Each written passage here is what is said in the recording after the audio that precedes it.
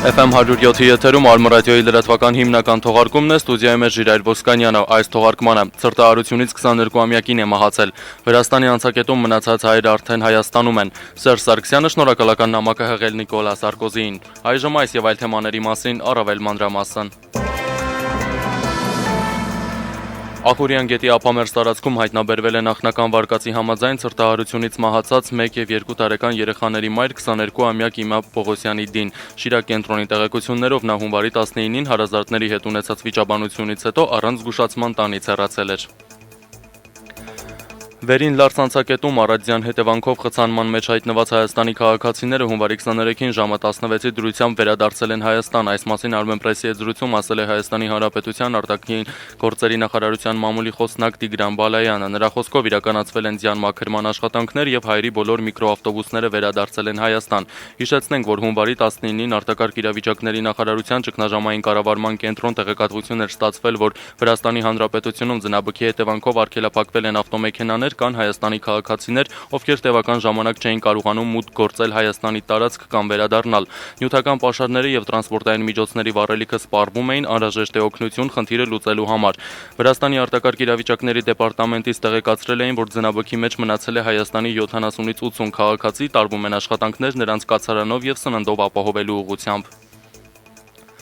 Հայաստանի նախագահ Սերժ Սարգսյանը այսօր հունվարի 24-ին նամակ է հղել Ֆրանսիայի նախագահ Նիկոլա Սարկոզիին Ֆրանսիայի սենատի կողմից ցեղասպանությունների ժխտումը քրեականացնելու մասին օրինագծի ընդունման կապակցությամբ։ Նամակում մասնավորապես ասված է. այսօր Ֆրանսիան վերստին ապացուցեց իր մեծությունը եւ ուժը իր նվիրվածությունը համամարտկային արժեքներին։ Այսօր բացառիկոլ է բոլոր նրանց համար, ովքեր պայքարում են մարդու իրավունքների պաշտպանության եւ մարդկության դեմ ոչիների դատապարտման ու կանխարգելման համար։ Այսօր պատմական օր է աշխարհի բոլոր հայերի համար, ինչպես Հայաստանում, այնպես էլ Ֆրանսիայում եւ ամենուր։ Այսօրն անմոռանալի է եւ ոսկե տառերով կգրվի հայ եւ ֆրանսիացի ժողովուրդների բարեկամության դարավոր պատմության մեջ։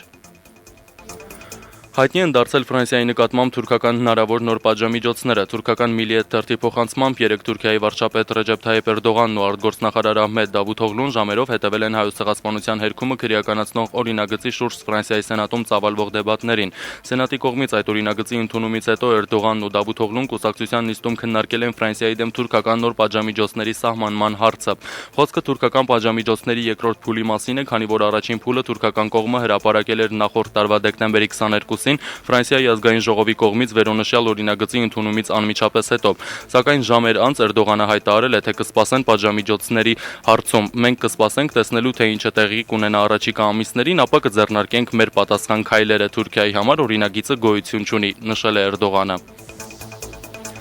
Սեյրան Օհանյանը ՆԱՏՕ-ի ներկայացուցիչին ներկայացրել է պաշտպանական ոլորտի բարեփոխումները։ Աշխատանքային այցով հունվարի 23-ից 24-ը Հայաստանի պաշտպանության նախարարությունում է գտնվում ՆԱՏՕ-ի միջազգային ռազմական շտաբի համագործակցության եւ տարածաշրջանային անվտանգության վարչության պետ գեներալ-մայոր Կարլոս Բրանկոյի գլխավորած պատվիրակությունը։ Այցի հիմնական նպատակն է ՆԱՏՕ-ի եւ գործընկեր պետությունների միջև ռազմական համագործակցության զարգացմանը միտված նոր նախաձեռնությունների քննարկումը։ Միջազգային ռազմական համագործակցության ոլորտում պաշտպանության նախարարության պաշտոնյաների հետ հանդիպման ժամանակ քննարկվել են Դաշինքի եւ Հայաստանի միջև ռազմական համագործակցության գերակա ուղղություններին եւ դրանց օժանդակող ուղեցույցային փաստաթղթերին առնչվող հարցեր։ Ահմեդ Դավութօղլուն վաղը Մոսկվայում քննարկելու է Ղարաբաղի հարցը։ Թուրքական Today Zaman թերթի փոխանցմամբ Թուրքիայի արտգործնախարար Ահմեդ Դավութօղլուն հունվարի 25-ին մեկօրյա այցով մեկնելու է Մոսկվա։ Այնտեղ նա հանդիպում է ունենալու իր ռուս գործընկեր Սերգեյ Լավրովի հետ։ Երկկողմանի բանակցությունների ժամանակ քննարկվելու են մի շարք հարցեր, ներառյալ Մերձավոր Արևելքին, Իրանի միջուկային ծրագիր, Սիրիա, Բալկաններին, Կենտրոնական Ասիային, Կովկասին, Լեռնային Ղարաբաղին, Սևծովյան տնտեսական համագործակցության կազմակերպությանը, էներգետիկային, ահաբեկչության դեմ պայքարին առնչվող եւ այլ հարցեր։ Կողմերն իրենց ջանքերն ուղղելու են այդ խնդիրների լուծմանը եւ ստորագրելու են միացյալ ամփոփիչ փաստաթուղթ։ Այս գիշեր եւ վաղը հանրապետությունում կդիտվի առանց ստեղումների եղանակ։ Հանրապետության տարածքում եղանակը կպայմանավորվի անտիցիկլոնի ազդեցությամբ։ Այս գիշեր եւ հունվարի 25-ին օրվա առաջին կեսին ամբողջ տարածքում կդիտվի առանց ստեղումների եղանակ։ Հունվարի 25-ին կեսօրից հետո կդիտվի անպամացության ավելացում, սակայն տեղումները առայժմ չեն սպասվում։ Օդի ջերմաստիճանն այս գիշեր առանձին վայրերում կնվազի 1-ից 3 աստիճանով։ Քամու ուժգնությունը լեռներում եւ լեռնանցքներում հասնում է 20-ից 23 մետր վարկյան։ Անկախ տեղումների արկայությունից կամ բացակայությունից քամու առկայության պարագայում կդիտվի բուք, ավտոճանապարհներին ցածր տեսանելիություն եւ մերկասառույց։ Երևանում կդիտվի առանց տեղումների եղանակ, օրվա երկրորդ կեսին անպամացության ավելացում։ Առանձին վայրերում հավանական է մերկասառույց, տեղ-տեղ քամի 15 մետր/վայրկյան։ Օդի ջերմաստիճանը գիշերը կլինի -4-ից -6, ցերեկային ժամերին +3-ից +5, երեկոյան -1-ից +1 աստիճան։ Հավելեմ, որ այսօր ԱՄՆ դոլարը միջինը գնվում է 386 դրամով, եվրոն 500-ով, իսկ օդի ջերմաստիճանն այս պահին +3 է։ FM 107-ի լրատվությանը կարող եք հետևել նաև համացանցում, YouTube-ում, Facebook-ում եւ Twitter-ում, փնտրելով Arm Radio FM 107։ Այսքանը թողարկման այս հատվածում, իսկ այժմ խոսքը փոխանցում եմ իմ գործընկեր Արտակ Մուրադյանին, ով կներկայացնի օրվա տեղեկատվական վերլուծական պատկերը։ Արտակ։ Շնորհակալություն, Ժիրայր։ FM 107-ի եթերում Arm Radio-ի տեղեկատվական վերլուծական ծրագիրն է։ Այսօր ձեր ուշադրությանն ենք ներկայացնելու։ Արդյոք ֆրանսիական սենատի քայլը Հայաստանի հաղթանակն է։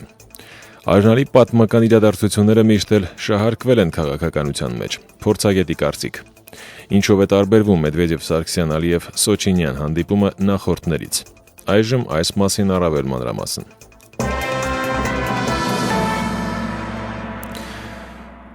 Եվ այսպես, Ֆրանսիայի սենատի 3 ընդունած բանաձևը, որով քրեականացվեց հայոց ցեղասպանության ժխտումը, լայնորեն է լուսաբանվում համաշխարհային լրատվամիջոցներով։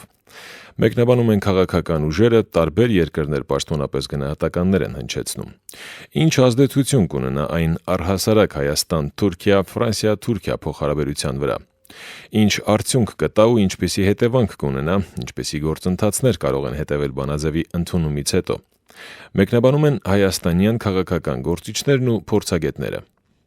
Ֆրանսիան այս օրինագիծն ընդունեց ոչ միայն իր շահերից ելնելով, հաշվի առնելով մոտալուտ նախագահական ընտրությունները երկրում, այլև կար պատմական արդարության դեմ չմեղանչելու սկզբունք։ Այսպիսի կարծիք հայտնեց ՀՅԴ բյուրոյի հայդատի եւ քաղաքական հարցերի գրասենյակի պատասխանատու Կիրո Մանոյանը, անդրադառնալով նախորդին Ֆրանսիայի սենատի ընդունած բանաձևին, որով քրեականացվեց հայոց ցեղասպանության ժխտումը։ Դաշնակցական գործիչը այն անվանեց քաղաքական հաջողություն, նաեւ որակեց Հայաստանի, Ֆրանսիայի եւ ողջամիտ թուրքերի հաղթանակ։ Մանոյանը հույս հայտնեց, որ Ֆրանսիայի օրինակին կհետևեն նաև Եվրամիության մյուս երկրները։ Եվրոպական մի քանի երկրներ Ֆրանսիայից առաջ էլ կատարել էին Եվրամիության անդամ կամ ոչ Եվրամիության անդամ, բայց Թուրքիան հարցը այնքան չէր մեծացրել եւ ուրեմն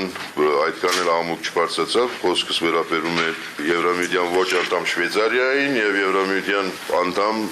Սլովակիային։ Ինչ վերաբերում է Գերմանիային,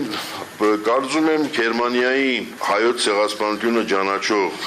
որոշումը Բունդեսթագի իսկապես յուրահատուկ է, որովհետև այնտեղ գերմանացիները նաև ընդունում են, ճանաչում են Գերմանիայի պատասխանատուն։ Իսկ քաղաքագետ Սերգեյ Մինասյանի կարծիքով օրինագծի վավերացումը պայմանավորված չէ Ֆրանսիայում կայանալիք նախագահական ընտրություններով, ինչպես պնդում է թուրքական կողմը։ Չեմ հիշում մի դեպք, երբ եւ իշխող կուսակցությունը եւ ընդդիմադիրը սատարի օրինագծին, ինչպես այս դեպքում էր։ Այս իրավական ակտով փաստացի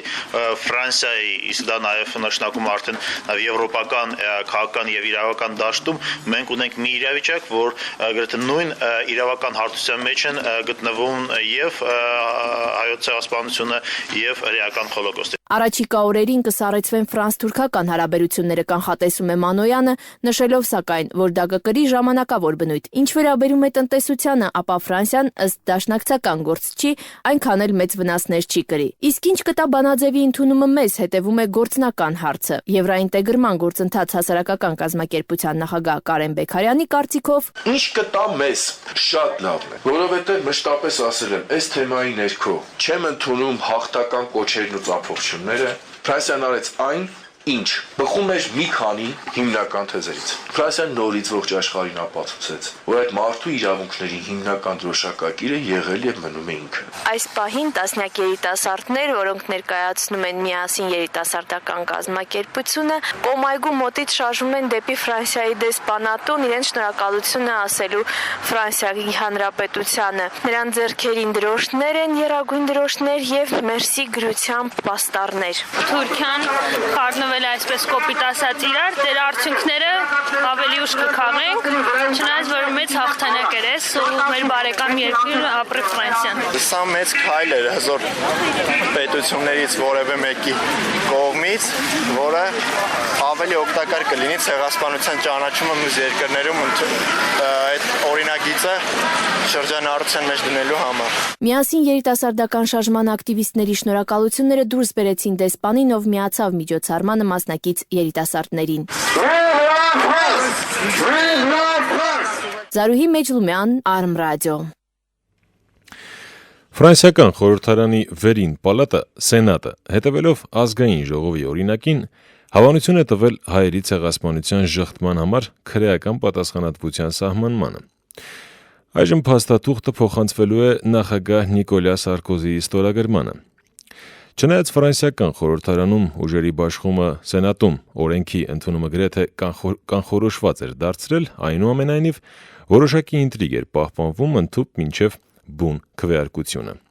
Չնայած նրան, որ եւ իշխող կուսակցությունը եւ ընդդիմադիր սոցիալիստները մեծամասամբ սատարում էին օրինագծին, այնուամենայնիվ մի շարք ֆրանսիացի քաղաքական գործիչներ չէին թաքցնում իրենց հոռետեսական մոտեցումը փաստաթղթին։ Անցյալ շաբաթ Սենատի օրենսդրական կոմիտեն ձայների ճնշող մեծամասնությամբ դեմ է արտահայտվել օրինագծին, որը մինչև 1 տարվա ազատազրկում եւ 45,000 եվրոյի տուգանք է նախատեսում առաջին համաշխարհային պատերազմի տարիներին հայերի ցեղասպանությունը ժխտելու համար։ Փաստաթուղթը որակվել էր որպես հակասահմանադրական։ Պրոֆիլային կոմիտեի նախագահ սոցիալիստ Ժան-Պիեր Սյուերն իր ելույթում ընդգծել է, որ հասարակության մեջ պետք է սեփական կարծիքի արտահայտման ազատություն լինի։ Նրա կարծիքով չի կարելի պատմությունն օրենքներով վերաարտագրել։ Իսկ արտգործնախարար Ալեն Ժուպեն անհրաժեշտ համարեց հայտարարել ընդունվող օրենքի ժամանակավրեպության մասին։ Սենատում այս քվեարկության նախօրեին Էրդողանը հիշեցրել էր իր երկրի դիրքորոշումը հայերի ցեղասպանության հարցում ու սպառնացել Փարիզին նոր պատասխան միջոցներով, մասնավորապես խոստանալով այլևս ոտք չդնել ֆրանսիական հողի վրա։ Թուրք արտգործնախարար Ահմեդ Դավութօղլուն նկատել էր, որ Թուրքիան վճռական է գործել այն միջոցները, որոնց դրդում է այս օրինագծի ընդունումը։ Ոչ ոք անգամ կասկածի դա չպետք է ենթարկի, ասել է Դավութօղլուն։ Նրա խոսքով, եթե յուրաքանչյուր խորհրդարան սկսի որոշումներ կայացնել պատմության վերաբերյալ ու օրենքի ուժ տալ դրան, Եվրոպայում ինկվիզիցիայի նոր շրջան է սկսվելու։ Պատմությունը լի է արյունալի ազգամիջյան կոնֆլիկտներով, որոնք կարող են շատ հեշտ օգտագործվել ժամանակակից աշխարհաքաղաքական պայքարում։ Նման կարծիքի է Մոսկվայի միջազգային հարաբերությունների պետինստիտուտի համեմատական քաղաքագիտության ոլորտի մասնագետ Ելենա Պոնոմարյովան։ Նա կարծում է, որ 100-ամյա վաղեմության իրադարձություններով պետք է պատմաբանները զբաղվեն, այլ ոչ թե խորհրդարանականներն ու վարչապետերը, առավել ևս տուգանքի կամ ազատազրկման սպառնալիքով։ Կարելի է ասել, որ այս բոլոր իրադարձությունների ուսումնասիրումը պատմաբանների գործն է։ Միգուցե հենց այդ պատճառով էլ մեզ համար շատ ավելի հեշտ է միմյանց հետ գտնել գոյություն ունեցող խնդիրների ինչ-որ ուղիներ, սակայն պատմությունը միշտ ծառայել ու դեռ երկար է ծառայելու բարենպաստ հող քաղաքական հաշիվներ մաքրելու համար։ Այսպես է հիմա տեղի ունենում Ֆրանսիայի ու Թուրքիայի ներկայիս կոնֆլիկտում, սակայն չնայած կրքերի սրմանը, Փարիզի ու Անկարայի հարաբերություններում որոշակի պարտավորություններ ու շրջանակներ կան, որոնցից դուրս նրանք դժվար թե քայլ անեն։ Ֆրանսիան դեռ 2001 թվականին ճանաչել է հայերի ցեղասպանությունը նախագահ Ժակ Շիրակի օրոք, ու ներկայիս քվեարկությունը միայն ֆորմալ կերպով զարգացնում է այդ որոշումը։ Ու նաև Թուրքիան չի կարող շատ հեռուն գնալ Ֆրանսիայի հետ կոնֆլիկտում, հաշվի առնելով մի շարք գործոններ, նաև երկու պետության անդամակցությունն է ՆԱՏՕ-ին եւ Անկարայի ձգտումը անդամակցել Եվրամիությանը եւ Փարիզի աջակցության ակնկալիքները կիպրական ու ղարաբաղյան կարգավորման հարցերում։ Առավել հետաքրքիր է ֆրանսիացի օրենսդիրների կողմից այս օրենքի ընդունման ժամանակի ընտրությունը նախագահական ընտրություններից 3 ամիս առաջ։ Ըստ եղած գնահատականների Ֆրանսիայում հայկական համայնքը կազմում է մոտ 600,000 մարդ ու նրանց ձայները կարող են կարևոր դեր խաղալ առաջիկա քվեարկության ժամանակ։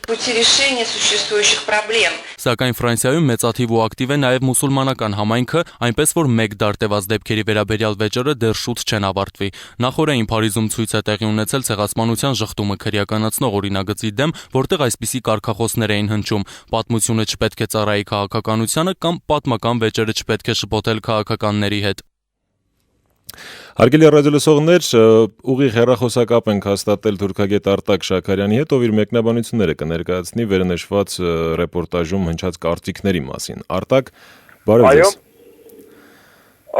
Ես կարծում եմ, որ միանշանակ Տիկին Պանարյովան սխալ է ասում, որովհետև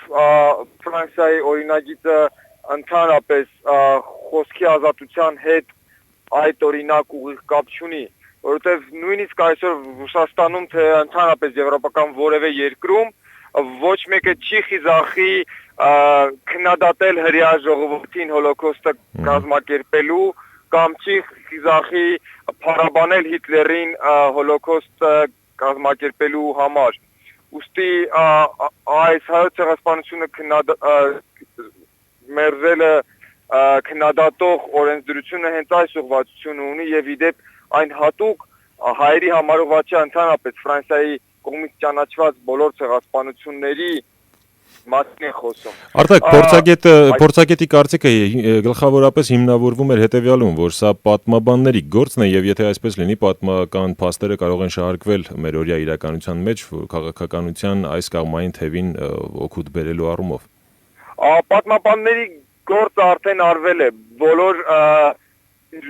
լուրջ իրենց հարգող պատմաբանները արդեն քանիցս ապացուցել են թե թուրքական արխիվներով, թե գերմանական արխիվներով, որ ցեղասպանությունը եղելություն է։ Այս օրինագիծը թուրքական հերյուրյանքի դեմ է, երբ որ կեղծ պատմաբանները փորձում են հորինովի փաստերով ապացուցեն, թե իբր ցեղասպանությունը տեղի չունեց, այսինքն այս օրինագիծը ոչ թե ազատ խոսքի սահմանափակում է, այլ ստահոց կեղծ գիտության սահմանափակում է, որը ցավոք սրտի այսօր շատ ոլորտներում տարածված է։ Գանք մյուս շահարկմանը, որ առնչվում է հիմնականում հայերի թվաքանակով Ֆրանսիայում, մոտ 600,000, ինչն էլ կնպաստի նախընտրական շրջանում Սարկոզիի վերընտրվելուն։ Բնականաբար հայերի 600,000-ի թիվը բավականին ակնառու է, սակայն պետք է նաև նշել, որ թուրքերի թիվն է պակաս չէ, այն ձգտում է հասնում է արդեն 450,000-ի, պարզապես խնդիրը այստեղ այն է, որ թուրքերը կազմակերպված համայնք չեն Ֆրանսիայում։ Սակայն այստեղ նաև պետք է հստակ ֆիքսել մի բան, որ այստեղ նախընտրական հաշվարկների հետ զուգահեռ կա նաև թուրք-ֆրանսիական հարաբերությունների խնդիրը, որտեղ Ֆրանսիան փորձում է նաև Թուրքիային ապտակ հասցնել եւ փորձել կանխել Թուրքիայի աշխարհատնտեսական զարգացումը Հյուսիսային Աֆրիկայում եւ Մերձավոր Արևելքում։ Ճիշտ է, շատ պետություններ օգտագործում են պատմությունը իրենց քաղաքական հաշվարկների համար, ինչը նաև կարելի է միանշանակ խոսել նույն Ռուսաստանի աշխարհական մոտեցումների հարցում։ Սակայն փաստը մնում է փաստ, որ Ֆրանսիան ոչ թե կեղծ պատմություն հորինելով դա արեց, այլ պարզապես այսօր հայոց ցեղասպանության ճանաչման օրակարգային խնդիր եւ Ֆրանսիայի շահերը համընկան, ինչը նաև պսակվեց Սենատի այս որոշմամբ։ Ռուս փորձագետի մեկը էլ դիտարկում, որ ժամանակավրեպ էր ընդունումը որոշումը, նաև համընկնում է արտգործնախարար Ալեն Ժուպեի կարծիքի հետ, որ ժամանակավրեպ էր ի վերջո եւ դա փչացնում է ֆրանս-թուրքական հարաբերությունները, ահավասիկ ֆրանս-թուրքական զորավարժությունների այսպես ջեղյալ հայտարարումը։ Համաձայն եք կամ ինչ դիտարկումներ ունեք։ Ես ժամանակավրեպի հետ, որովհետեւ կամի ասացված, որ ավելի լավ է ուշ, քան ավելի ուշ, այսինքն եթե սպասեինք հարմար ժամանակին, երբեք հարմար ժամանակը չէր գա, իսկ ընդհակառակը ժամանակավրեպ չէ, որովհետև այսօր անկախ այս օրինագծից առավել քան երբեք թուրք-ֆրանսիական հարաբերությունները ցածր մակարդակում են, առավել քան երբեք թուրք-եվրոպական հարաբերությունները վատ մակարդակում են եւ Թուրքիան անկախ այս օրինագծից արդեն հայտարարել էր, որ Կիպրոսի Եվրամիության ժամանակավոր նախագահության հետ կապված Թուրքիան սառեցնելու է հարաբերությունները ոչ միայն Ֆրանսիայի հետ, այլ ընդհանրապես ողջ եվրոպական միության հետ։ Ուստի միանշանակ համաձայն չեմ ժամանակավրեպության հետ, ժամանակավրեպ արտահայտությունը պարզապես հարցից խուսափելու համար բավականին շատ հարմար արտահայտություն է։ Վերջին հարցս Արտակ, խնդրում եմ հակիրճ, ինչերի դեռ ականատես կլինենք Թուրքիայի կողմից մենք։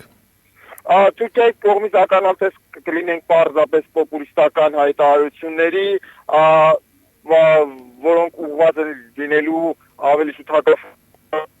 սակայն մենք տեսանք եւ համոզվեցինք, որ սրանք միայն պարզապես ազգայնական քվեներ շահելու համար են, ոնց որ հիմա աղմուկով փակում են դուռը Ֆրանսիայի առջև, համոզված եմ մի քանի ամիս հետո սուսուփուս կամած նույն դռները բացվելու են, որովհետեւ թուրք-ֆրանսիական վատ հարաբերություններից, վատ տնտեսական ռազմական հարաբերություններից ավելի շատ տուժվում է Անկարան, քան Փարիզը։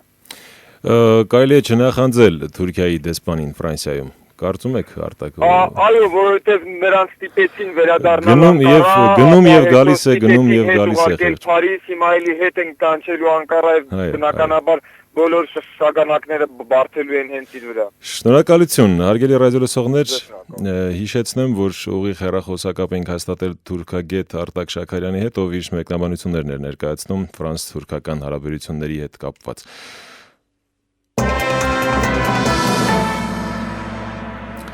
Բարեկամներ, Երևանում ժամը 18:19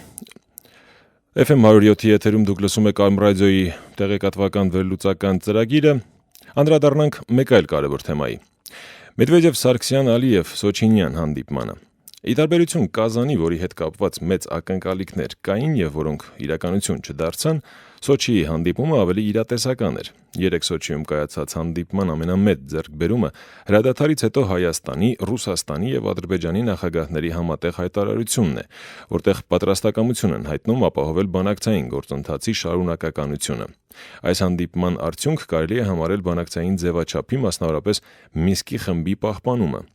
Սոչիում տեղի ունեցած Սարգսյան-Մեդվեդև-Ալիև հանդիպման ընթացքում արված համատեղ հայտարարությամբ մեկ անգամ ևս հաստատվեց բանակցային գործընթացը շարունակելու անհրաժեշտությունը եւ այն, որ հակամարտող կողմերը աշխատելու են նվազեցնել շփման գոտում հրադադարի ռեժիմի խախտման դեպքերը եւ հումանիտար շփումների եզրեր են փնտրելու։ Փաստորեն այս հայտարարությունը առնչվում է այն խնդրին, որի դեմ խոսում էր Ադրբեջանը, հայտարարելով, թե թույլ չի տա, որ բանակցությունները շարունակվեն միայն պատերազմ վերջսկսելու ուղղությամբ։ Կարծիք է հայտնում Կովկաս ինստիտուտի փոխտնօրեն Սերգեյ Մինասյանը։ Իրականում այս փաստաթուղթը նշանակում է այդ ստատուս քվոյի շարունակություն, որի հետ փաստացի ստիպված է նաև համակերպվել Ադրբեջանը, որովհետև այս փաստաթուղթը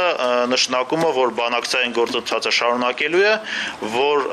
կողմերը փորձելու են ինչքան հնարավոր է նվազեցնել այդ ինցիդենտների քանակը շփման գոտում եւ նաև փորձելու են ինչ-որ հումանիտար կոնտակտները շարունակել, այսինքն դա նշանակում է, որ պատերազմի վտանգը որպես ռեսուրս նաև կորցնում է իր արդյունականությունը այս պահին Ղարաբաղյան հիմնահարցի խնդրին։ Տարիներ շարունակվող բանակցային գործընթացի շրջանակներում փաստաթղթի ստորագրումը իրեն չի արդարացնում։ Ժամանակն է հասկանալու, որ թուղթը չի կարող լինել ինքնանպատակ, համոզված է քաղաքագետ Կարեն Բեգարյանը եւ այս համատեքստում փաստում է, որ կողմերի միջև վստահության իրական պաշարը շատ փոքր է եւ կողմերից մեկն էլ փորձում է այդ փոքր վստահությունն էլ ավելի ջախջախել։ Իսկ Սոչիում ստորագրված հայտարարությունը խոսում է այն մասին, որ ներկայիս Ադրբեջանի կողմից որոշակի ընկալում ի հայտ է գալիս։ Սրա մասին է խոսվում նաև հանդիպումից առաջ Ռուսաստանի Դաշնության արտգործնախարարության հայտարարությունը։ Ընկալումը հստակ կա, որ ռազմական հռետորաբանությունը, ուժի սպառնալիքը եւ այլը վնասում են գործընթացին եւ չեն թողում առաջ խաղացում։ Շատ լավ է որ կա, բայց դեռ կա աշխատանք, որպեսզի ընկալումը դառնա ամբողջական։ Կարմիր գծի նման այնտեղ պիտի գնա Ղարաբաղը։ Ղարաբաղի հանրությունը, Ղարաբաղի հասարակությունը, Ղարաբաղի հետ վստահության մթնոլորտի խնդիրը։ Այս էլեմենտները մենք դեռ չենք տեսնում։ Եթե միջնորդները լինեն հետևողական, ապա վստահության ընկալման մեջ բեկում արձանագրել կարելի է։ Պետք է դիպուկահարներին ի վերջո հեռացնել հակամարտության շփման գոտուց։ Պետք է ստորագրվի հստակ փաստաթուղթ, որի կողմերը հրաժարվում են ուժի կիրառումից, շարունակում է Կարեն Բեգարյանը։ Թեև Սոչիի հանդիպումով ավարտվում է այսպես կոչված Մեդվեդևյան բանակցային ցիկլի ավարտը, սակայն դա ամենևին չի նշանակում, որ ավարտվելու է նաև Ռուսաստանի ակտիվ մասնակցությունը բանակցային գործընթացին։ Ռազմական գործողությունները չափազանց վտանգավոր են Ռուսաստանի համար, քանի որ օգնել կամ չօգնելով մի կողմին կկորցնի մյուսին, փաստում է քաղաքագետ Սերգեյ Մինասյանը։ Ռուսաստանը կփորձի ինչ-որ մեծով նաև ավելի ակտիվ, քան այլ համանախագահները լինի այս բանակցային գործընթացում, չնայած որ հասկանալի է, որ ով էլ լինի Ռուսաստանի հերթական նախագահան, դժվար թե այդքան հետաքրքրություն ունենա եւ այդքան անձնական քաղաքական գործ լինի, ոնց որ դա եղել էր Մեդվեդևի դեպքում։ Բայց այս ֆորմատը ինչ որ մի ձևով ես կարծում եմ կշարունակվի, կարող է դա լինի երկու նախագահների մի վարչապետի ֆորմատ, կարող է դա լինի էլի 3 նախագահների ֆորմատ, բայց համենայն դեպս այն, որ Ռուսաստանը մի կողմից իր այդ լծակը կամովի չի բաց թողնել։ Հիշեցնենք, որ Սարգսյան-Մեդվեդև-Ալիև հանդիպումը կայացել է հունվարի 23-ին Սոչիում Ղարաբաղյան հակամարտության կարգավորման գործընթացի շրջանակներում Ռուսաստանի Դաշնության նախագահ Մեդվեդևի նախաձեռնությամբ։ Ի զարգացումն 2011 թվականի մարտի 5-ին Սոչիում արված համատեղ հայտարարության դրույթի Հայաստանի, Ռուսաստանի եւ Ադրբեջանի նախագահներն իգիտություն են ընդունել համանախագահների եւ ԵԱՀԿ գործող նախագահի անձնական ներկայացուցչի շփման գծի երկայնքով միջադեպերի հետաքննության անցկացման մեխանիզմի վերաբերյալ համատեղ մշակած զեկույցը եւ հանձնարարել են շարունակել այդ աշխատանքը։ Սոնա Կարապետյան, Արմ ռադիո։ FM 107-ի եթերում Արմ ռադիոյի տեղեկատվական վերլուծական ծրագիրն է։ Լսեք հաջորդիվ։ Ինչ սպասել 2012 տնտեսական տարում։ Էկոնոմիկայի նախարար։ Ֆինանսական հաշտարարն ապահովում է քաղաքացիների իրավունքները անվճար։ Ապա կնքելը պարտադիր է, տուգանքը չկնքելու դեպքում կազմում է 100,000 դրամ։ Այժմ այս մասին առավել մանրամասն։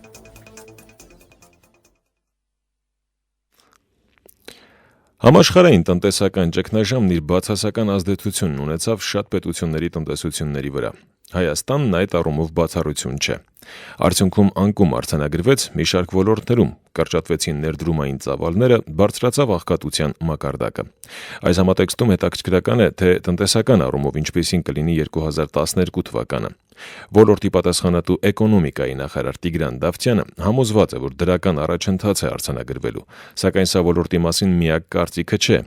Թեման շարունակում է Աննա Գզիրյանը։ 2011 թվականին արձանագրված տնտեսական դրական ցուցանիշները հիմք են տալիս ոլորտի պատասխանատուներին կանխատեսելու, որ այս տարի նույնպես դրական առաջընթաց է արձանագրվելու, թեկուզ փոքր, բայց առաջընթաց։ Էկոնոմիկայի նախարար Տիգրան Դավթյանը նշեց, որ 2012 թվականին ոչ միայն շարունակվելու են նախորդ տարվա ծրագրերը, այլև նոր քայլեր են իրականացվելու մի քանի ուղղություններով։ Առաջին ուղղվածությունը արդյունաբերության զարգացումն է։ Տիգրան Դավթյանը նշեց, որ հատուկ ուշադրություն է դարձվելու արդյունաբերության այն ճյուղերին, որոնք ունեն արտահանման ուղղվածություն, իսկ որոնք են այն գործիքները, մեխանիզմները, որոնք խթանելու են արդյունաբերության զարգացումը։ Դրանց թվում են որոշակի մեխանիզմով հետաձգում ենք որոշակի հարկատեսակների վճարման մեխանիզմները, մասնավորապես ավելացված արժեքի 3 տարով հետաձգումը կոնկրետ ներդրումային ծրագրերի պարագայում։ Այդ ծրագրերի շրջանակներում մենք արդեն շուրջ 2 տասնյակից ավել ծրագրեր են կառավարության որոշումով արժանացել այդ մոտեցմանը, որի արդյունքում մենք մենակ այդ մեխանիզմի գործարկման արդեն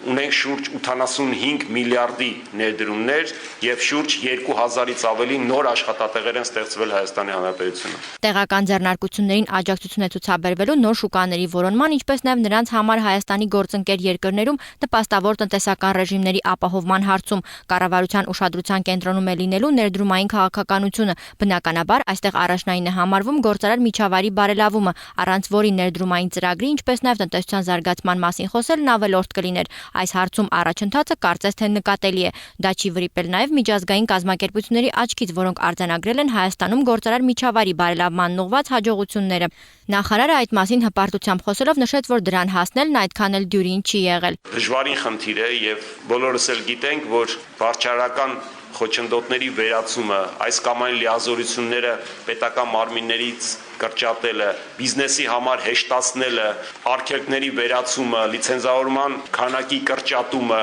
հաշվետվությունների պարբերականության կրճատումը, ընթացակարգերի պարզեցումը հեշտ չի լինում իրականացնել այն կառույցների կողմից, որոնք որ դրա համար պատասխանատու են։ Դա նախևառաջ լիազորությունների որոշակի կրճատում է, որը միշտ չի որ դյուրին է եւ ընկալվում է եւ ըմբռնվում է, եւ իհարկե դա ջանքեր են եւ ռեսուրսներ են։ Նախարարության հրապարակած տնտեսական դրական ցուցանիշները հարցի մի կողմն են։ Տնտեսագետ Դաշնակցության ներկայացուցիչ Արա Նռանյանը Արմ ռադիոյի հետ զրույցում նշեց, որ եթե մենք տնտեսության մեջ չունենք անկում, դա բոլորովին չի նշանակում, որ մենք հաղթահարել ենք ճգնաժամը։ Այսքան խոսվում է տնտեսական դրական ցուցանիշների մասին, սակայն պետք է նաեւ ընդգծել, որ Հայաստանը դեռ չի հասել նախաճգնաժամային տնտեսական մակարդակին, այսինքն ներկայումս հնան իր ծավալներով զիջում է նախաճգնաժամային ցուցանիշներին։ Էլ չենք խոսում աղքատության մակարդակի բարձրացման մասին, որն ըստ պաշտոնական տվյալների հասել է 35%-ի, ասաց Արա Նռանյանը։ Մենք քաղաքացիները չեն տեսնում այսօր տնտեսության աճի համապատասխան աղբյուրներ, այսինքն հասկանալի չի 2012-ին ինչի հաշվի մենք պետք է զարգանանք, 13-ին ինչի հաշվին 14-ին, այսինքն եթե նախկինում մենք ունեինք ինչ որ լոկոմոտիվներ, որոնք լավ թե վատ առաջ էին տալիս, խոսքը օրինակ շինարարություններ կամ մասնավոր դրամական փոխանցումներ, որոնք գալիս էին աշխուժացման տնտեսությունը, այսօր այդ աղբյուրները չկան, դրանք վերացան, նոր աղբյուրներ, նոր տնտեսական աճի, նոր կենսամակարդակի նոր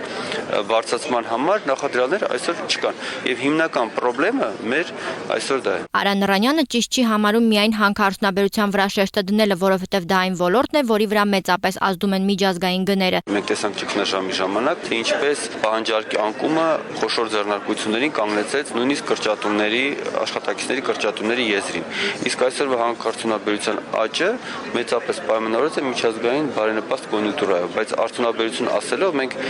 պետք է ընդհանրապես ոչ միայն տնտեսություն դիվերսիֆիկացնենք, այլ նաև արդյունաբերություն ասածը։ Արդյունաբերությունը դա միայն հանքարդյունաբերություն չէ եւ միայն բնական պաշարների անխնա շահագործման միջոցով փող վաստակելը չէ։ Էկոնոմիկայի նախարարն էլ իր հերթին անընդունելի համարեց այն դիտարկումը, թե շեշտը միայն հանքարդյունաբերության վրա է դրված, այն կարևոր ճյուղերից է, սակայն ոչ միակը։ Կարծում եմ Հայաստանը դեռ երկար այդ ոլորտները կհանդիսանան մեր կարևորագույն ուղղություններից մեկը, բայց ոչ միակ եւ ոչ միայն, ինչպես հաճախ ասում է, համախառն ներքին արդյունքում այդ ոլորտը, ասենք 10%-ից ավել չի կազմում եւ արտահանման մեջ է մեծ ծավալ կազմում մոտարապես 50-ի կարգի, բայց այն 50-ը բավականին բազմազան ոլորտներ են, այնպես որ հաճախ ասում եմ միայն այդպես չի, սա կարևորագույն ուղղություններից մեկն է, բայց մենք ունենք բավականին այլ ոլորտներ, որոնք որ նույնպես զարգանում են եւ այդ համամասնությունները տարիների ընթացքում կարող է փոխվել։ Նախարարի խոսքով այն, որ տնտեսությունը վերականգնվում է, դա անհերքելի է, բայց եւ այնպես տնտեսությունն այնպիսի համակարգ է, երբ մի ժամանակահատվածում կատարվող գործողությունների արդյունքները երևում են որոշ ժամանակ անց։ Աննա Գզիրյան, Arm Radio։ Վերջին մի քանի տարիների ընթացքում զգալիորեն աճ է արձանագրվել ֆինանսական ոլորտում սեփական իրավունքներին շարքային քաղաքացիների կողմից տեր կանգնելու հարցում։ Սա է փաստում նաև ֆինանսական ոլորտում սպառողների իրավունքների ու շահերի պաշտպանությամբ զբաղվող ֆինանսական համակարգի հաշտարարի գրասենյակը, որի գոյության 3 տարվա ընթացքում տարեցտարի հաճախորդների կողմից ստացված բողոքների եւ քննած պահանջների թիվը աճ է արձանագրում։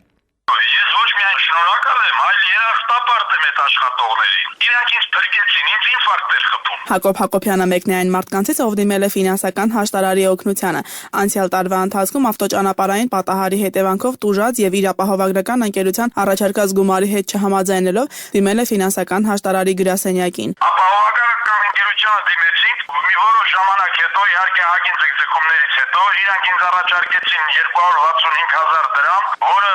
1/3 էր կազմում հաստատված վնասի։ Ես դիմեցի հաշտարարի գրասենյակին, նրանք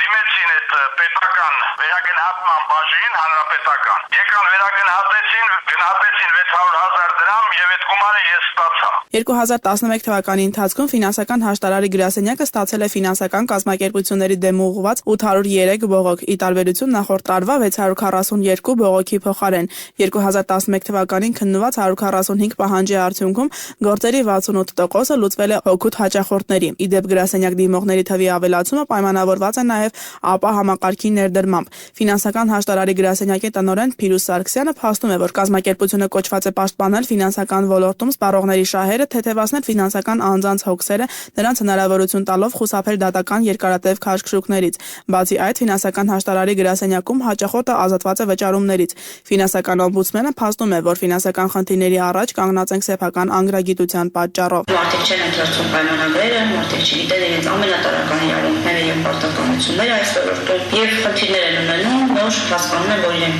խնդիր ունեն։ Առաջի գործունեության տարում մեզ մոտ գալիս էին կոմունալ վճարները չվճարելու հարցով, ամուսինս ալիմենտ չի վճարում այդ հարցով, զոհքաջից ինձ պարտքա գումարը չի տալիս այդ հարցով։ Հիմա եթե դուք նայեք մեր տվյալների բազան, մարդիկ կոնկրետ խնդիրներով գայս են մեզ մոտ։ Գրասենյակի տվյալներով գործերի շուրջ 75%-ը լուծվել է ֆինանսական կազմակերպությունների հետ հաշտության գալու միջոցով։ Օրինակ Ինգո Արմենիա ապահովագրական ընկերության գործադիր տնօրենի օգնական Սամվել Մարգարյանը կարևորում է հաշտարարի գրասենյակի գործունեությունը երկու ասպեկտներով։ Եթե իրականում մենք ենք թերացել որևէ հաճախորդի հետ հարաբերությունում, հաշտարարի օգնությամբ մենք կարողանում ենք շատ ավելի արագ ու ճկուն ձևով մեր սխալները ուղղել ու այդուհետև երթասություններ անել այդ սխալներին ու այլևս չկրկնվեն։ Եթե սխալը հաճախորդի բողոքը, երբ որ կա մի երրորդ մարմին, որը շատ հարգված է, ընդունված է հասարակության մեջ, ու տալիս է իր եզրակացությունը, որ այո, ապահովագրական ընկերությունը ճիշտ է, այստեղ հաճախորդի կրքերն են հանդարտանում, այս էլ իր դրական երկրորդ կողմն է։ Ամեն ինչից զատ հարկ է նշել, որ յուրաքանչյուր ոլորտում, այդ թվում նաև ֆինանսական, լավագույն պաշտպանությունը սեփական իրավունքի ուսումնասիրությունն է, գիտակցումը եւ ի սկզբանե դրանց կիրառումը։ Ինչպես ասում է ժողովուրդը, մինչ բանը կհասնի բրդին։ Սոնա Կարապետյան, Arm Radio։ Ապահովագրական ընկերությունները ահազանգում են, որ ԱՊԱ պայմանագիր կնքողների թիվը նախորդ տարվա նույն ժամանակահատվածի համեմատ նվազել է։ Սակայն օրեցօր ավելանում է ճանապարհային պատահարների թիվը, հատկապես ձնառատ օրերին։ Մանրամասնում է Նունե Ավետիսյանը։ Եղանակի փոփոխությունը շատ վարորդների համար գլխացավանք է դառնում։ Դրա վառ օրինակներից է 3 տեղի ունեցած ավտովթարների մեծ թիվը։ Վարորդների խոսքով տեղի ունեցած պատահարների հիմնական պատճառը մերկասառույցն է եւ չմաքրված ճանապարհները։ Հիմնականում մոնումենտ է, 3-4 հատ Մասիվից իջնող դեպի Գազանանոց, դեպի բանը, տեղ են վերևում առաջի մասիվում եղավ։ 3 հատը ես տեսել եմ, հետո չգիտեմ, շատ ուժեղ սղում էր։ Ինքնսինքյան մեքենան գնում է, այլ սղում է։ Ինչքան էլ ուզում ես նոր ինչքան էլ լինի, ինչքան էլ նոր լինի։ Մեքենաները տեխնիկանից, օպերա կենտրոնում շարված էին, ժամը 12-ից հետո։ Դե կանգնած եք, խոսում ենք, բան տղեկ ես չեք սկսում, բենզին չունենք, սպասում ենք, որ պիտի բենզին բերի, պետք է մաքրեն, տեխնիկա պետք է աշխատի։ Անշուշտ վթարներով հղի իրավիճակներում ավելանում է ապահովագրական ընկերությունների աշխատանքը, թերևս նախորդ գիշեր այն բավականին լարված էր։ Օրինակ Ռեսո ապահովագրական ընկերության գործադիր տնօրեն Սամվել Գրիգորյանը տեղեկացրեց, որ հունվարի 23-ին գրանցել են 25 պատահար, իսկ Ռոսգոստրախ ընկերության գործադիր տնօրենի տեղակալ Վահագն Աղավելյանի խոսքով 3 արձանագրել են 60 դեպք, ինչը նոյեմբերի 21-ի համեմատ, երբ եղանակի վթարացման պատճառով գրանցել էին 90 դեպք, վկայում է պատահարների թվի նվազեցման մասին։ Սակայն Ռոսգոստրախի ներկայացուցիչը հավելում է, որ պատահարների նման քանակական տարբերությունը պայմանավորված է նրանով, որ այս անգամ ճանապարհները համեմատաբար ավելի լավ էին մաքրած։ Իր հերթին Ռեսոյի տնօրեն Սամվել Գրիգորյանի կարծիքով պատահարների պատճառը ոչ այնքան եղանակն է, որքան վարորդների անկարգապահությունը։ Նույնիսկ ճանապարհածածկի թերի կամ ասենք վտանգավոր իրավիճակում վարորդի վրա պարտավորությունը պահպանել հեռավորություն, վարել որոշակի արագությամբ, այսինքն խնդիրը թե հետևը պատճառը ինչն էր, ուշ մաքրումներ, թե անհնար էր այդ մաքրելը եւ այլն, ամեն դեպքում վարորդը պարտավոր է այդ ուշադրությունը պահպանելու։ Ստեղծված իրավիճակում խնդիրն ավելի է բարդանում այն վարորդի համար, ով ապահովագրական պայմանագիր չունի կամ այն ժամկետնանց է։ Անկախ այն բանին, թե արդյոք նա տուժած կողմ է հանդիսանում, թե ոչ, տուգանվում է 100,000 դրամի չափով ապա պայմանագիր չունենալու համար։ Առհասարակ ապահովագրական ընկերություններին մտահոգում է այն, որ նախորդ տարվա նույն ժամանակահատվածի համեմատ ապա պայմանագիր կնքողների թիվը նվազել է մոտ 30%-ով։ Սամվել Գրիգորյանը պարզաբանում է, թե ինչով է կարող պայմանավորված լինել նախորդ տարվա համեմատ ապա պայմանագիր կնքողների թվի նվազումը։ Մեկը ֆինանսական հնարավորությունների խնդիրն է, որը հասկանում ենք, որ հնարավոր է լինի։ Մյուս խնդիրը դա մոտեցման խնդիր է կամ կարևորելու կամ արժեքը գնահատելու խնդիր է այս խտարցի։ 2011 թվականի տարեվերջին լրացել են ապա պայմանագրերի մեծ մասի ժամկետը, սակայն ոչ բոլոր վարորդներն են ցանկանում նորից կնքել պայմանագիր։ Ռոսգոստրախ ապահովագրական ընկերության տնօրենի տեղակալ Վահագն Աղավելյանի խոսքով պատճառը վարորդների անիրազեկությունն է, քանի որ վերջիններս տեղյակ չեն սահմանված տուգանքի մասին։ Հիմնական պատճառը նա որ չի եղել շատ հստակ հայտարարություն, ոնց որ եղավ անցած տարի, այսինքն մարդիկ ենթադրում են, որ եթե անցած տարի մի քանի անգամ տարբեր առիթներով հայտարարվել է, որ ժողովուրդ գնացեք պայմանագրերը կնքեք, որովհետև կլինեն տուգանքներ, այս անգամ նման հայտարարություն չի եղել։ Եվ շատ մարդիկ ենթադրում են, որ դա արդեն պարտադիր չի, կամ եթե մի անգամ արել են, դա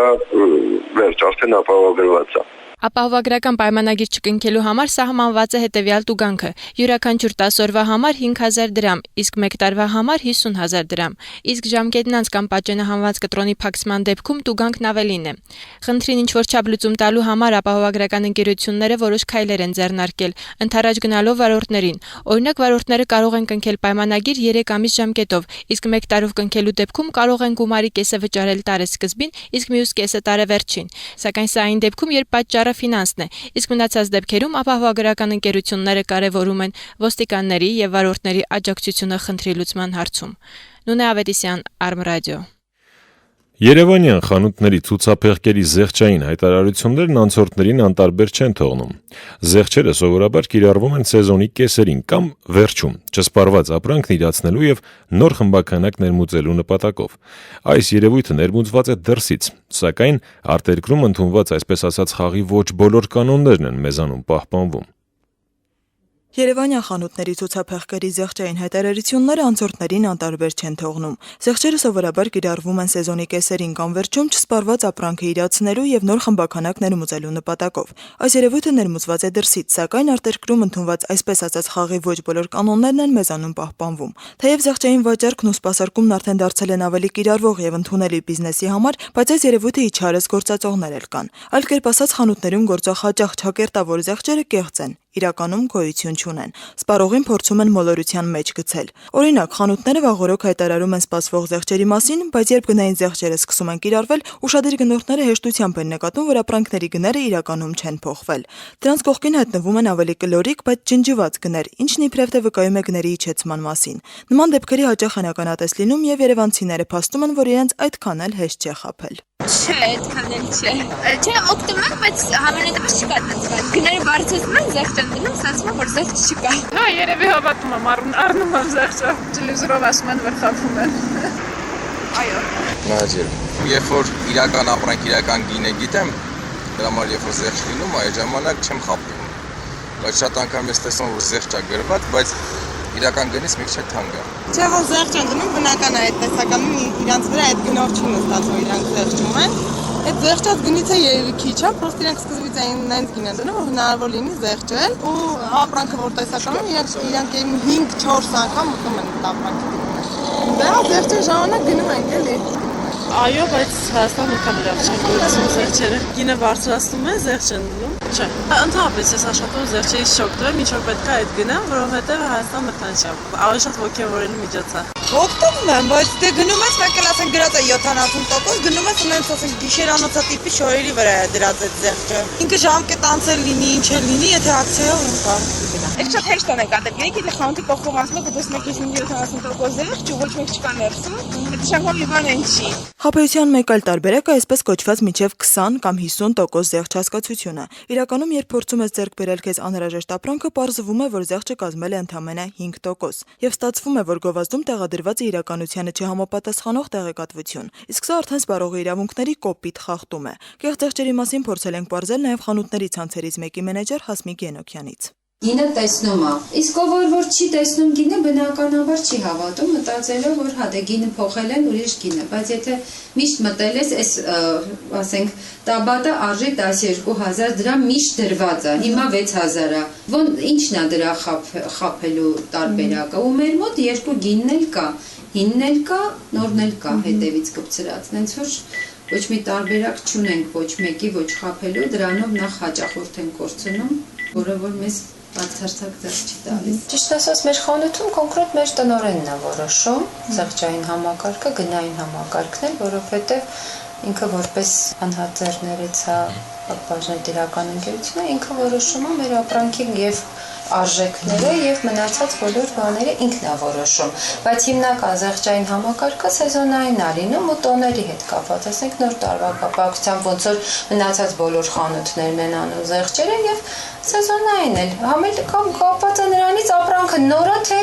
հինա, նոր եկած ապրանքը ընդհանրապես զեղչ չունենում, երբ որ նոր տեսականի ենք ստանում, ապրանքը զեղչ չունի, միշտ վաճառվում է իր ինքնարժեքով։ Սակայն գոյություն ունի ճիշտ հակառակ կարծիք։ Մայրաքաղաքի կենտրոնի հանրահայտ խանութներից մեկի մենեջերը, որը ցանկացել է անանուն մնալ, խոստովանել է, որ գործի բերումով ամեն օր շրջայցեր է կատարում տարբեր խանութներում եւ հստակ պատկերացում է կազմել համատարած զեղչերի մասին։ Զեղչերով գնորդներին խաբում են։ Քիչ են այն խանութները, որոնք իրական զեղչեր են սահմանել։ Շատ դեպքերում 4-ից 5 տարվա տեսականիները խառնում են, տարբեր գույներ եւ քանակություն ցուցադրում, հավաքածուի տպավորություն թողնելով։ Զեղչային գովազդները հոգեբանորեն ազդողի գործոններ են։ Դրանք մեծ շարժ են առաջացնում խանութներում եւ բարձր ռիթմիկ երաժշտության ազդեցության տակ մարդիկ ենթագիտակցորեն գնումներ են կատարում։ Խաբված չլինելու համար մեկը պետք է բացատրի ապրանքի որակի եւ շուկայական գնի նրբությունները։ Միթե այս ոլորտը բացառապես մասնավոր կարգավորում ունի եւ ոչ մի պետական վերահսկողություն չի իրականացվում։ Այս հարցին պատասխանել է Սպառողների իրավունքների պաշտպանության հասարակական կազմակերպության նախագահ Լուսինե Յակոբյանը։ պետական մարմինների կողմից չի վերահսկվում։ Ամեն դեպքում մենք նման ինֆորմացիա չունենք, որ պետական մարմինների կողմից դա վերահսկվում է։ Իսկ եթե Փարուղների շահերին ինչ-որ հարցերում որ նա հարված է լինում, զանգահարում են, դիմում են մեզ, մենք փորձում ենք հարցին իրական լուծում տալ։ Իսկ առհասարակ առևտրի ոլորտի մասնագետները համոզված են, որ լավ վաճառվող ապրանքների գները իրականում չեն զղջվում, ինչը բնավ սփոփիչ լուր չէ գնորդի համար։ Այդուհանդերձ մեզանում այս մշակույթը արդեն ներդրված է ու գործածվում է, եւ զղջերի լայնածավալ կիրառումը խոսում է մեզ մոտ բիզնեսի ավելի քաղաքակիրթ ձևեր ընդունելու, բիզնեսի եւ սպառողի շահերը զուգորդելու ավանդույթների ստեղծման մասին։ Սիրանուշ Ոսկանյան, Արմ ռադիո։ Հարգելի ռադիոլսողներ, Երևանում ժամը 18:43 դուք լսում եք լուրերի հիմնական թողարկումը FM 107-ի եթերում։ Անցնենք առաջ։ Անցյալ տարի Հարություն Առաքելյանի ջանքերը հռակ ատենապետի պաշտոնում հաստատվելու ուղղությամբ հաջողությամբ չպսակվեցին, եւ դրան հետևեց յուրատիպ միջոցների կիրառումը, ընդհուպ մինչև շանտաժ եւ վերջնագրեր կառավարության անդամների հասցեին։ Նման վարվելակերպը ոչ միայն անարդյունավետ էր, այլ նաեւ զավեշտի էր վերածվել։ Անցյալ տարի Հարություն Առաքելյանի թիրախը վարչապետն էր, այժմ էլ աշխարհի բոլոր մեղքերը դասվում են արդարադատության նախարարության ուսերին։ Պատճառը մեկն է. արդարադատության նախարարությունում իրեն չեն հաստատում հռակ ատենապետի պաշտոնում։ Մանրամասնում է Լուսինե Նորեկյանը։ Հայաստանի ռամկավար ազատական կուսակցության չհաստատված ատենապետ Հարություն Առաքելյանը պահանջում է օրենքի տարին համապատասխան իրենց ենթակայության տակ գտնվող կառույցին տալ օրինական ուժ։ Ասել է, թե իրեն գրանցել որպես ատենապետ։ Հակառակ դեպքում վերջինս կրկին դիմելու է շանտաժի, խոստանալով ինչ-ինչ աղմկահարույց տեղեկություններ հրապարակել Նաիրիտից տարիներ շարունակ գումարների անհետացման մասին։ Եվ այս ամենը ընդամենը աթոռակռվի հետևանք։ Նախկին հռակ ատենապետ Էդվարդ Անտիկյանի կուսակցությունից հեռացնելուց հետո պետռեգիստրը տարբեր պատճառաբանություններով հրաժարվում է ատենապետ գրանցել Հարություն Առաքելյանին։ Վերջինս էլ նշել է, որ արդարադատության նախարարության պահանջով իրենք անցկացրել են 20-րդ համագումարը, քանի որ 19-րդ համագումարը անվավեր է ճանաչվել, սակայն նախարարությունը չեղյալ է հայտարարել նաև վերջինը։ Որպես քաղաքական գնահատական այս ամեն ինչի, բնականաբար ես եւ իմ ընկերները կապում ենք Նաիրիտի հետ կապված մեր գործունեության հետ։ Փաստորեն այնտեղ որից է հակափաստարկներ չբերելով, ես արդեն հասել եմ 7-րդ ֆաքսին, 7-րդ ֆաքսը պատրաստ է, մոտ օրերս կհրապարակվի եւ դա վերջինը չի լինելու, ձեզ խոստանում եմ, բայց այս պահի դրությամբ փորձում են հրակում ստեղծել խնդիրներ եւ պետական այն ինստիտուտը, որը կոչված է արդարությունը օրենքը պահելը, ստացվում է, որ հենց այդ ինստիտուտը, պետական ինստիտուտը ինքը խախտում է օրենքներ։ Ինչ վերաբերում է հռակ ատենապետի հեռուստասերիալ հիշեցնող ֆաքսերին, ապա դրանք ինչպես արդեն տեղեկացրել են, ուղարկվել են վարչապետ Տիգրան Սարգսյանին, որում Հարություն Առաքելյանը ամբողջացրել է իր ուսումնասիրությունները Նաիրիտ գործարանի շուրջ իրականացրած գործընթացների կապակցությամբ։ Միևնույն ժամանակ հանգելով այն եզրակացության, որ կառավարությունը Նաիրիտ գործարանի ղեկավարության հետ համատեղ միտումնավոր եւ ծրագրված կերպով գործարանը մինչև օրս ստանում է կործանման։ Թեպետ հարց է առաջանում, արդյոք Նաիրիտի ճակատագիրը կհետաքրքրեր նրան, եթե Բաղձալի ատենապետությունը իրականություն դառնար։ Եվ արդյոք այդպիսի կարևոր տեղեկություններ ունենալը եւ պետական մարմիններին չներկայացնելը իրավական առումով խախտում չի հանդիսանում։ Հարցի վերաբերյալ Արմ ռադիոյի հետ զրույցում վարչապետի մամուլի քարտուղար Արամ Անանյանը հրաժարվեց որևէ մեկնաբանություն տալուց։ Որովհետեւ ես ավելացնելու ոչինչ չունեմ, դա լուրջ չի եւ հայտարարություն չի։ Հիշեցնենք, որ այս կապակցությամբ ժամանակին հաղորդագրություն էր տարածել Արամ Անանյանը, որում մասնավորապես ասվում էր, որ Հարություն Առաքելյանի հայտարարությունների, մեղադրանքների եւ շանտաժի շարունակական ու բացահայտ փորձերի համար վարչապետ Տիգրան Սարգսյանը դիմել է գլխավոր դատախազություն, որպեսզի ուսումնասիրվեն քաղաքացի Հարություն Առաքելյանի հայտարարությունների միջև նշված պնդումները եւ հարուցվի քրեական գործ։ Իսկ հռակ ատենապետն էլ ասել է, որ իր ֆաքսերից հետո ընդամենը մեկ անգամ է հանդիպել քննիչների հետ եւ ներկայացրել 43 սկզբնաղբյուր։ Լուսինե Նորեկյան, Արմ ռադիո։ Թողարկման այս հատվածում առաջարկում ենք տեղեկանալ նաեւ սպորտային լուրերին։ Բարև ձեզ հարգելի ռադիո լսողներ, Արմ ռադիոյի եթերում մարզական տեղեկություններով Ռահիլ Նազարյանն է։ Թողարկման ընթացքում կանդրադառնանք հետևյալ թեմաներին։ Սլավիկ Հայրապետյանը Եվրոպայի առաջնության եզրափակիչ փուլում է։ Կհայտնվի Բոգոսյանը Թերեքի ափերին։ Հաղթանակ առաջին փորձից, հարցազրույց Մարիա Կուրսովայի հետ։ Այժմ այդ եւ մյուս իրադարձությունների մասին ավելի մանրամասն։ Անգլիայի Շեֆիլդ քաղաքում մեկնարկած գեղասահքի Եվրոպայի առաջնությունում Հայաստանի միակ ներկայացուցիչ Սլավիկ Հայրապետյանը հաջող կատարելով որակավորման մրցման ծրագիրը անցել է տղամարդկանց մենասահքի եզրափակիչ փուլ։ 15-ամյա հայ պատանու ելույթը մրցավարները գնահատել են 93.19 միավոր։ Առավելագույն միավոր է վաստակել տևական ընդմիջումից հետո սահադաշտ վերադարձած ռուսաստանցի Եվգենի Պլյուշչենկոն։ Օլիմպիական խաղերի աշխարհի եւ Եվրոպայի բազմակի չեմպիոնի արդյունքն է 150.52 միավոր։ Որակավորման արգելքը հաղթահարել է մեկնարկած 16 մասնակիցներից 12-ը։ 10-րդ տեղ գրաված Հայրապետյանը առաջ է անցել Չեխիայի, Շվեյցարիայի, Մեծ Բրիտանիայի, Հունգարիայի, Բուլղարիայի եւ Ֆինլանդիայի գեղասահորդներից։ Հունվարի 26-ին 29 մարզիկներ հանդես կան կարճ ծրագրով, որի արդյունքներով 24 լավագույնները արդեն կամավոր ծրագրի կատարմամբ կշարունակեն պայքարը մեդալների համար։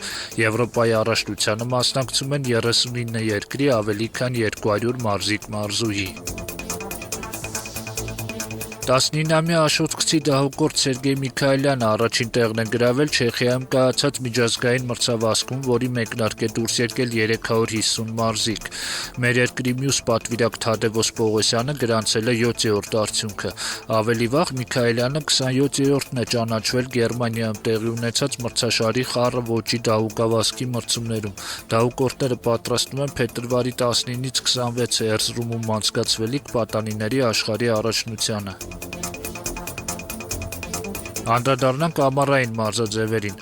Արտասահմանյան լրատվամիջոցների հաղորդմամբ ուրուգվահայ ֆուտբոլիստ Խոակին Բոգոսյանը կարող է հայտնվել ռուսական Պրեմիեր լիգայում։ Իսկ ավելի ստույգ Գրոզնիի Թերեկ ակումբում, որի ղեկավարությունը տպավորված է մեր հայրենակցի խաղից։ Բոգոսյանը այժմ հանդես է գալիս Ուրուգվայի նասիոնալ թիմում, սակայն լավագույն տարիները անցկացրել է արգենտինական Newell's Old Boys-ում, դառնալով Արգենտինայի առաջնության լավագույն ռմբարկուներից մեկը։ Հարկ է նշել, որ ինքը ֆուտբոլիստը դժկամությամբ է վերաբերվում Եվրոպա տեղափոխվելու մասին խոսակցություններին, չմոռանալով ավստրիական Red Bull-ում հաստատվելու անհաջող փորձը։ Ի դեպ Թերեկի գլխավոր մարզիչ խորհրդային անվանի դարպասապահ Ստանիսլավ Չերչեսովը չի հաստատել, բայց եւ չի հերքել Բոգոսյանին հրավիրելու հավանականությունը։ Հիշեցնենք, որ Խոակինը այդպես էլ չընդունեց Հայաստանի ազգային հավաքականում հանդես գալու ֆուտբոլի հանրապետական ֆեդերացիայի առաջարկը։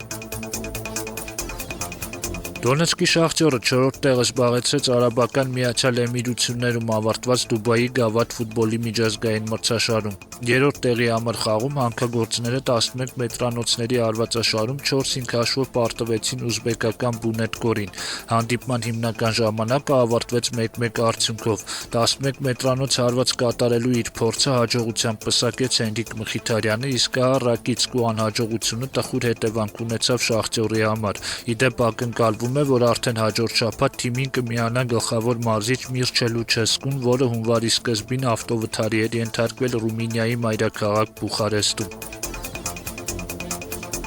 Արգենտինահայ Դավիթ Նալբանդյանը բողոքարկելու է իրեն $8,000 տուգանելու պրոֆեսիոնալ թենիսիստների ասոցիացիայի որոշումը, որը կայացվել է Ավստրալիայի բացառաշնության երկրորդ փուլում նրա հանդիպումից հետո։ Հիշեցնենք, որ ամերիկացի Ջոն Իզների հետ մրցախաղի վերջում մրցավարը մերժել էր տրվագի տեսակրկնությունը դիտելու Նալբանդյանի խնդրանքը, ինչին Դավիթը արձագանքել էր կրքոտ որակումներով։ Նալբանդյանը սակայն հայտարարել է, որ ասոցիացիայի եւ կազմակերպիչների աշխատանքը փախարակելու մտադրություն չի ունեցել։ Միլանի շվեդ հարձակվող Զլատան Իբրահիմովիչը նախորդ տարվա արդյունքների ավանդական ամփոփման ժամանակ հայտարարվել է Իտալիայի առաջնության A սերիայի 2011 թվականի լավագույն ֆուտբոլիստ։ Տարվա թիմ անվանակարգի գլխավոր մրցանակը շնորհվել է Ուդինեզեին, իսկ Ալեսանդրո Դել Պիերոն եւ Ֆաբիո Կանավարոն պարգևատրվել են ֆուտբոլին հավատարմության համար մրցանակներով։ Շախմատի Հայաստանի առաջնությունների ավարտից հետո Իմաստունների խաղի մեր երկրի ֆեդերացիան հրապարակել է այս տարվա օգոստոսին Ստամբուլում կայանալիք համաշխարհային օլիմպիադային նախապատրաստվող Հայաստանի կանանց եւ տղամարդկանց ազգային հավաքականների կազմը։ Գլխավոր մարզիչ Արթուր Չիբուխչյանի ղեկավարությամբ օլիմպիադա կմեկնեն Էլինա Դանելյանը, Լիլիթ Մկրտչյանը, Լիլիթ Գալոյանը, Մարիա Կուրսովան եւ Աննա Հայրապետյանը։ Տղամարդկանց հավաքականի գլխավոր մարզիչ Արշակ Պետրոսյանն էլ կաշխատի Լևոն Արոնյանի, Սերգեյ Մովսիսյանի, Վլադիմիր Հակոբյանի, Գաբրիել Սարգսյանի եւ Տիգրան Պետրոսյանի հետ։ Իսկ այժմ ներկայացնում ենք 2011 թվականի Հայաստանի չեմպիոնուհի Մարիա Կուրսովայի ճեպազրույցը Արբ ռադիոյի թղթակցի հետ։ Նկատենք, որ Մարիան ծնվել է Ռուսաստանի Արխանգելսկի մարզի Սևերոդվինսկ քաղաքում, իսկ Հայաստան է տեղափոխվել անցյալ տարի գրոսմայստեր Արման Փաշիկյանի հետ ընտանիք կազմելուց հետո։ Չեմպիոնի կոչումը կարծես հեշտությամբ նվաճեցիք։ Ինչպես եք գնահատում Հայաստանի առաջնության մակարդակը։ Ոչ, հեշտ չէր։ Գործնականում յուրաքանչյուր պարտիայում հարկ եղավ պայքարել։ Մասնակիցների վարկանիշը շատ բարձր չէ, բայց կարծում եմ նրանք լավ էին խաղում եւ դժվար հակառակորդներ էին։ Այսինքն հեշտ չէր հաղթելը։ Մրցաշարի վերջում ոչ ոքին էր գրանցեցիք։ Դա պայմանավորված էր հոգնածությամբ, թե արդեն վստահ էիք հաղթանակին։ Ոչ, վաղաժամկետ հաղթանակի վստահություն չկար։ Պարզապես անհրաժեշտ էր 11 տուր խաղալ, իսկ մրցաշարի վերջում զգացնել տվեց հոգնածությունը։ Մրցաշարի մեկնարկային հատվածը, երբ դեռ հոգնածություն չկար, ավելի հեշտ անցկացրեցի։ Հետո արդեն դժվար էր խաղալ։ Ամենակարևորն ու բարդը երևի Աննա Հայրապետյանի հետ պարտիան էր։ Ոչ, ճիշտ հակառակը։ Դժվար չէր, որովհետև այդ պահին մրցակցուհուս գերազանցում էի մեկ միավորով։ Ինձ ձեռնտու էր ոչ ոքին եւ ըստեյությամբ պայքար չստացվեց։ Նա ոչ ոքի առաջարկեց եւ ես համաձայնեցի։ Ի սկզբանե տրամադրվել էիք առաջին տեղը գրավելուն։ Այո, իհարկե, բոլոր մասնակիցներից ամենաբարձր վարկանիշը ունեի եւ պետք է հաղթեի այն պահպանելու համար։ Բացի այդ, վերջերս եմ տեղափոխվել Հայաստանի Ֆեդերացիայի ներքո եւ անհրաժեշտ էր ապացուցել, որ ուժեղ եմ։ Մարտին մասնակցել եմ Թուրքիայում կայանալիք կանանց Եվրոպայի առաջնությանը, իսկ օգոստոսին համաշխարհային օլիմպիադային։ Այլ մրցաշարեր դեռ չեմ նախատեսել։ Այսքանով ավարտում ենք թողարկումը։ Մինչ հանդիպում։ Հարգելի ռադիոլսողներ, հիշեցնեմ, որ FM 107-ի եթերում ուղիղ ժամը 19-ին կարող եք լսել Գևորգ Մերիկյանի հեղինակային ծրագիրը, որտեղ հյուրընկալվել եւ Արբ ռադիոյին իր բացառիկ հարցազրույցն է տվել Հայաստանում Ամերիկայի Միացյալ Նահանգների դեսպան Ջոն Հեֆերնը, իսկ մենք այսօրվա համար նախատեսել էինք այսքանը։ Արբ ռադիոյի ստուդիայում աշխատեցին Ժիրայր Ոսկանյանն ու Արտակ Մուրադյանը։ Մինչ հանդիպում։